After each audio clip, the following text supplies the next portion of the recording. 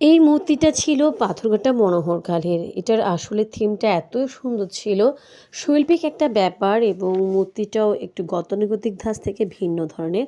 আমার কিন্তু দেখতেই খুব ভালো লেগেছে। দেখুন শুরু থেকে প্রতিটা হাঁটার কিছুক্ষণ পর, পর তারা কিন্তু একটা মাটির মৃৎশিল্পের একটা মূর্তি রেখেছে ছোট করে, যেটা দর্শনার্থীদের আসলেই মন কেড়ে নিয়েছে।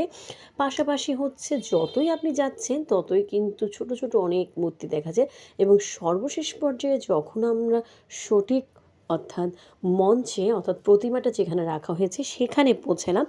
সেখানে গিয়ে মূর্তির ধরনটা দেখলেই বুঝতে পারবেন একটু ভিন্ন ধাঁচের। আসলেই কিন্তু গঠনটা এত সুন্দর হয়েছে। পাশাপাশি নিচে একটা আম উম মূর্তি রেখেছে যেখানে দেখা যাচ্ছে একজন মৃৎশিল্পী তার কারিগরি কাজ করছে।